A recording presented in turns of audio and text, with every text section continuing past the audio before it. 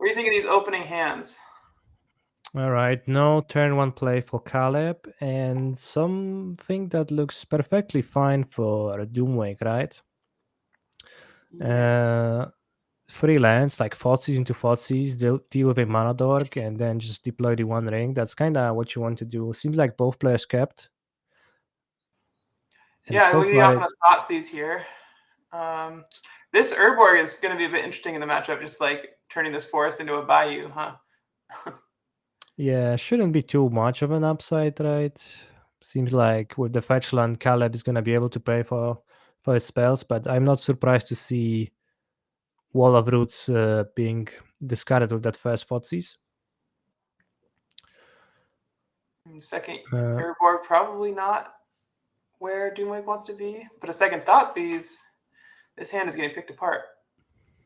yeah, here we're probably gonna see what, maybe the Cauldron getting discarded. There's not too much reason to, well, I guess you could possibly discard Orcish Bowmasters if you are going to be relying on this One Ring, right? Because it is a threatening card for your ring, and it seems like that's what Doomwake is playing towards.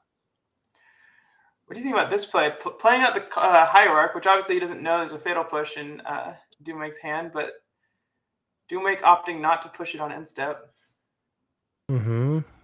Caleb choosing to develop his mana over, I guess, deploying Bowmasters just now. It does make sense, right? Like from Caleb's perspective, he doesn't know the hand of Devon, so in the Bowmaster fight, you almost always want to be the second one to strike, and you want to ping the Bowmasters with your own Bowmasters. So it makes sense to offer this Ignoble Hierarch as a juicy target for a Bowmaster ping just to retaliate. Does having a second Bowmasters change that math at all? A little bit, yeah, a little bit. So I'm not entirely sure if I would have chosen to make the same play as Caleb, but I understand his reasonings. Wow, so it looks like we might see 4 Field of Ruins activated this game. We've got 4 in hand for Doomwake and basically nothing else. Yeah, although, as you have mentioned earlier, Urborg and Field of Ruin, not always like. Well, I guess you just mentioned that Urborg is a little bit awkward, but here it's also awkward in the manner that your opponent gets to tap their fetches, right? They don't even need to crack them if they can use black mana. So it's a little bit awkward that it is not hitting any shocklands anytime soon. We've got the age-old Screw versus Flood situation going on here. But I have to assume that with the One Ring going, Doomwake is not gonna be screwed for too much longer. Or rather flooded, as he's not screwed. How often do you get to see a Field of Ruin hit a Verdant Catacomb? Not often. Probably like first time. All right, so still he does draw the third land, but cannot cast this Sheoldred. Does get to use the Bowmasters to punish the One Ring. And oh yeah, get that Delighted Halfling in the red zone. Yeah, that's Caleb's plan right now, right? Devon is gonna be taking damage from the One Ring, so Caleb definitely wants to just get in and deal damage while he can. Just waiting against the One Ring is not a winning strategy, so that's what Bowmasters does too. It's gonna ping Devon, so he just wants to. Here we see an interesting possibility, right? Caleb is not going for that. He would also Stone Rain himself with that play, right? But he could have played the Orcish Bowmaster and ping his Yeah. own Dryad Arbor to deny Doomwake a land. But that's like a fifth land for Devon versus a third land for Caleb. So it makes perfect sense that is not the play you're necessarily And going to here choose. comes the Bowmaster doing exactly what you said, killing their Bowmaster, Mm-hmm. so he can freely activate the ring. Oh, Oh, he's in hard cast troll territory. yeah, sort of. Like not this turn. There's no covers, right? Yeah, but So far he's in tutor for Witch's Cottage. Put it on top territory. yeah, yeah. But despite no action whatsoever in Doomwake's hand, I guess the second copy of the One Ring is good enough to prolong the game for a little bit. So Yeah. Yeah, got the protection. There's the fourth land finally, so Sheoldred can come down this turn if he wants it to. Would you rather put the Bowmasters in play to answer the Bowmasters, or just get your Sheoldred online here? it seems like currently Bowmasters doesn't really threaten Caleb in any way, right? There is no card drawing on the horizon, and Sheoldred hits harder, so it makes sense to deploy Sheoldred. She's protected from Sheoldred's Edict right now because there is the halfling, and you probably want to deal the biggest amount of damage possible. Yeah. You're probably going to see plus Grace too, trying to maybe go for that ultimate. Currently, we see how many? 1, 2, 3, 4, 5, Oh, this 6. is interesting. Is this lethal? Yeah, it's 2 from the Sheoldred hit and 1 from the One Ring. See, that's what I was talking about, hitting really hard. So hard I haven't even noticed that possibility. Yeah, I didn't realize that Grist was an each opponent, so it gets through the ring protection. Yeah, fail push, but it's too late, right? Well, there is still a possibility, right? Doomwake could draw, trigger Sheoldred, and find March of Red Yeah, Sorrow, March but as we deck? see, yeah, he has 4 copies of March of Red Sorrow in Okay. his deck. Yeah, that would have gotten him there. Although they would have had to make up for the extra life loss from activating the ring. Yeah. But as we see, no March, and Doomwake has fallen victim to Sheoldred, so pretty Neither deck's really doing nice. what they were designed to do. A lot of flood on Yeah, Doomwake's side, and then no Yawgmoth in sight for the Golgari side.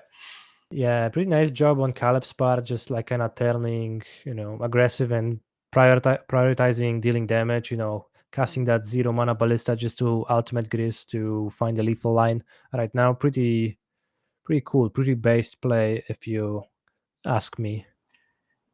Yeah, extremely based. I would agree. So we see the ley lines. What do you like on well, there's not much sideboarding that Doomwake can do, just bringing these ley lines. But what do you like on Caleb's side?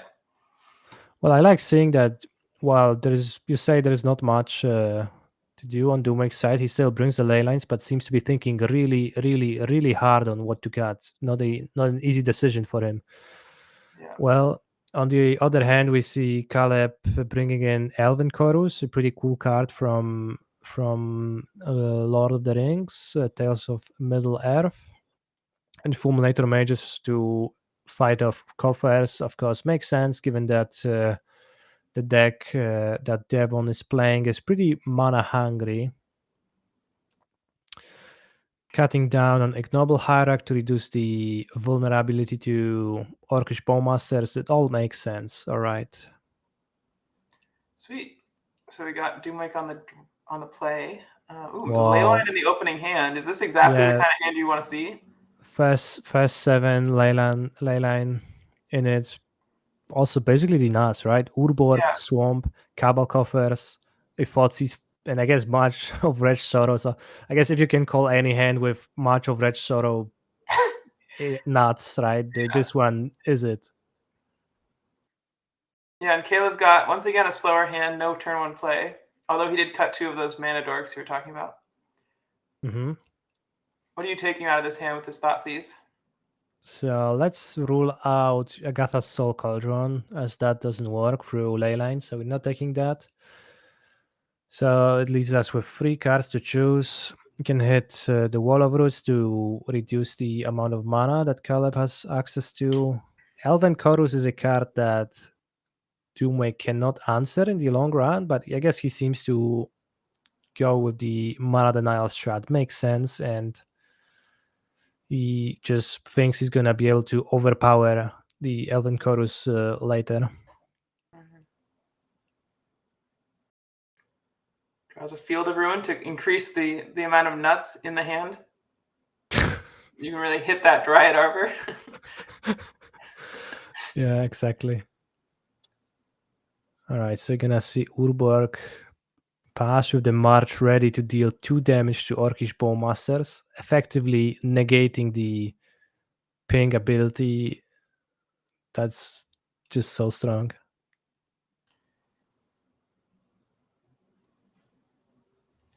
Oh yeah, you got March is a bit of a combo with March in that you can pitch the other March to the first March if you want to. It's pretty interesting. Certainly, yeah. We see Doomwake not choosing to do that, instead saving the other March to deal with the other viciously attacking 1/1 creature, I guess.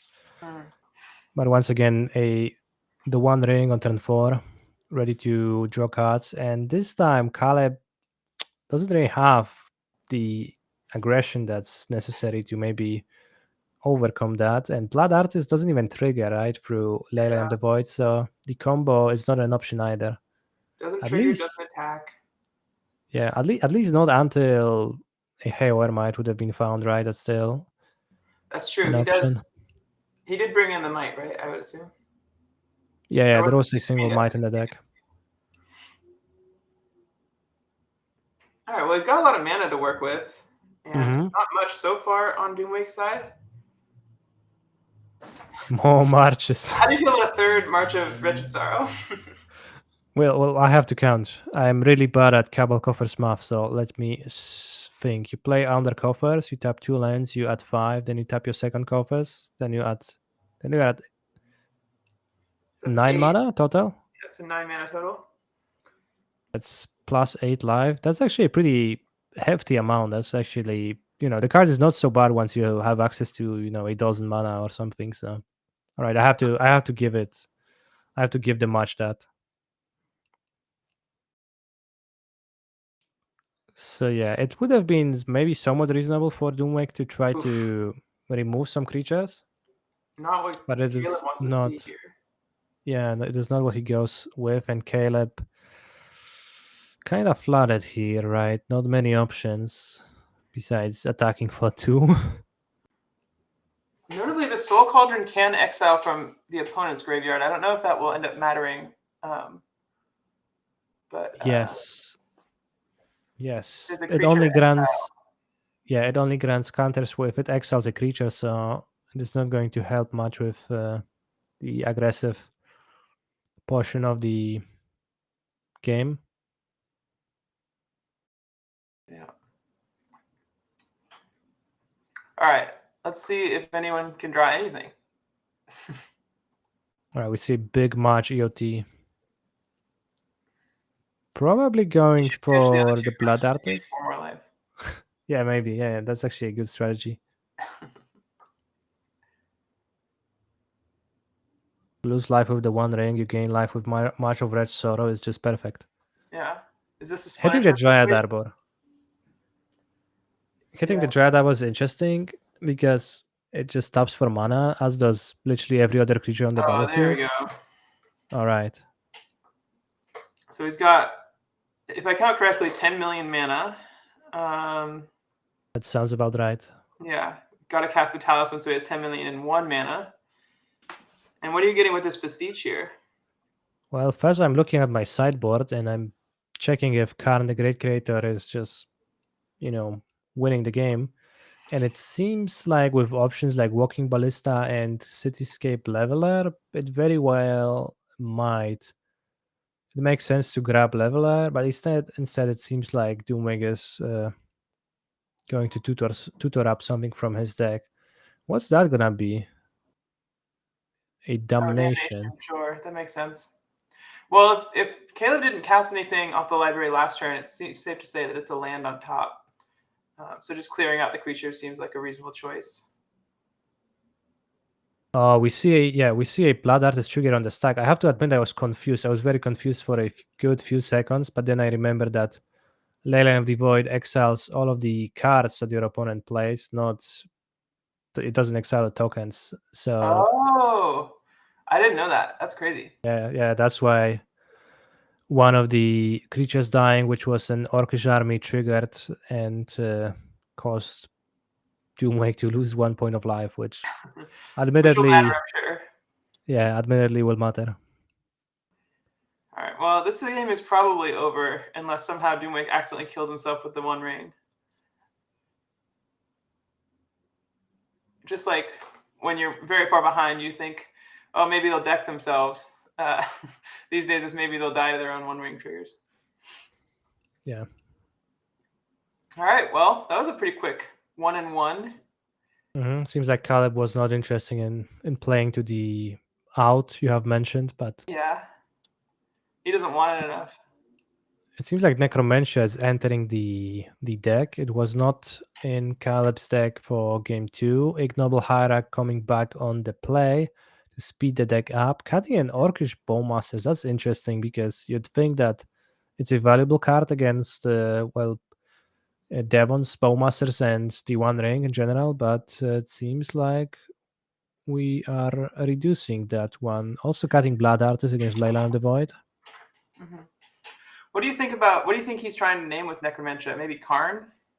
You can name Karn. If you're on the play, you can name Cabal Coffers, right? If you Oh, like, if it's sure. not in play yet, because you are capable of naming a land, so that seems somewhat reasonable and incredible show of skill on Doomwing's part by opening a 7-card playable leyline hand in both postboard games. Very very impressive. Now, I do notice they're curved foils, so is that... I just had a feeling my opening 7 will have a leyline. Oh, you can see how he just tries to redeem himself, I guess, by top decking that leyline right now. But Yeah. Well, what's one ley line? What can one ley line do that the second ley line doesn't want? Wants in on the action. ooh, Okay, so we got the Soul Cauldron. Powerful turn 2 play into this ley line of the void. yeah, but that's kind of bad for Doomwake, right? Just the Bowmasters to play, but actually kind of vulnerable right now to getting mana screwed. And if he doesn't top deck a land right now, then he's might just fall behind and That's have true. huge trouble with this greased.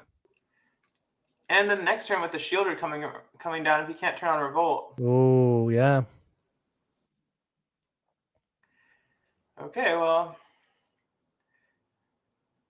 what you foretold has come to pass. Oh, and then there's the Haywire Might for the ley line. Mm-hmm. It's interesting right now. Sheesh.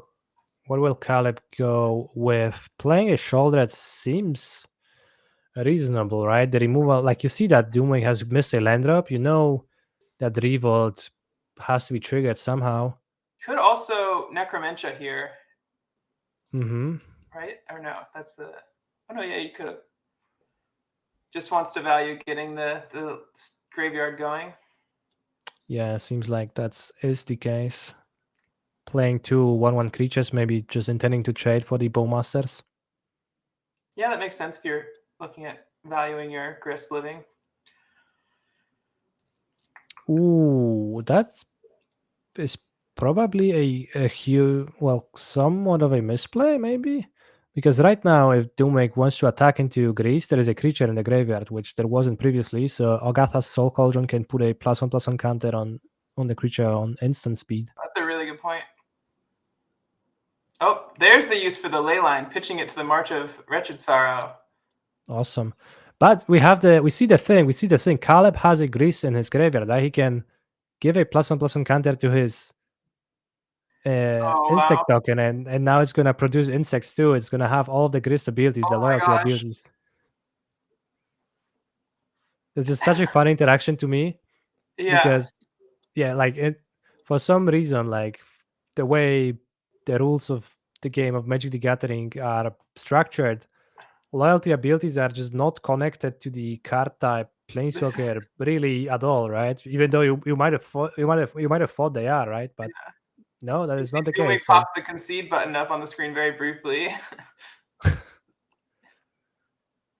yeah, and that Sheoldred is gonna make it so that the clock is gonna be quite quick. Well then, this is quite the turnaround. I guess not all leyline sevens are created equal. Mm-hmm. I was too fast to speak uh, highly of that hand because the risk of missing land drops was definitely there. Yeah. Do you think Caleb will even cast this Necromantia? Just leave it in hand for the rub-ins? Well, You know, right now Doomwake hit his third land, so now he's a land away from casting a Damnation. That's like a pretty good move, right? So Oh my gosh! And now what? The Fulminator Mage ability. oh yeah. All right. This That's is incredible. something. This is something right here. Heavily punished for the Urborg, right? It could have been a swamp. Well, I mean, of course, you have to play Urborg in the Cabal Coffers deck, but had Doomwake drawn a swamp, you would be in so much of a better position right now. But with the Fulminator Mage dealing with that land, Yeah. Yeah, because he would be all in on trying to get this damnation off, which would be good if he lived through this turn. But land, please. Yeah. We know.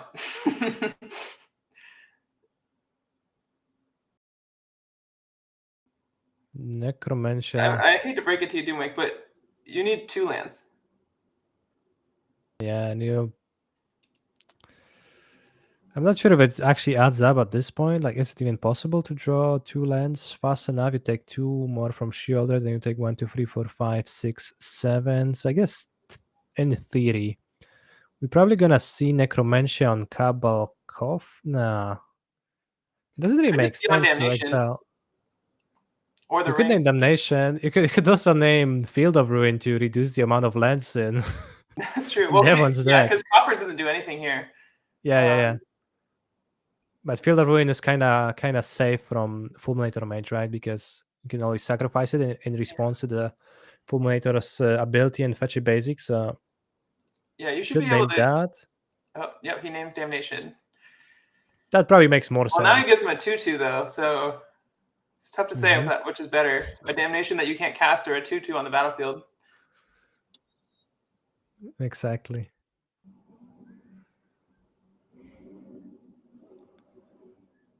Fatal Push. All right, a revolt away from dealing with Sheoldred. But then what? Then Caleb D wins. Well, Okay. Well,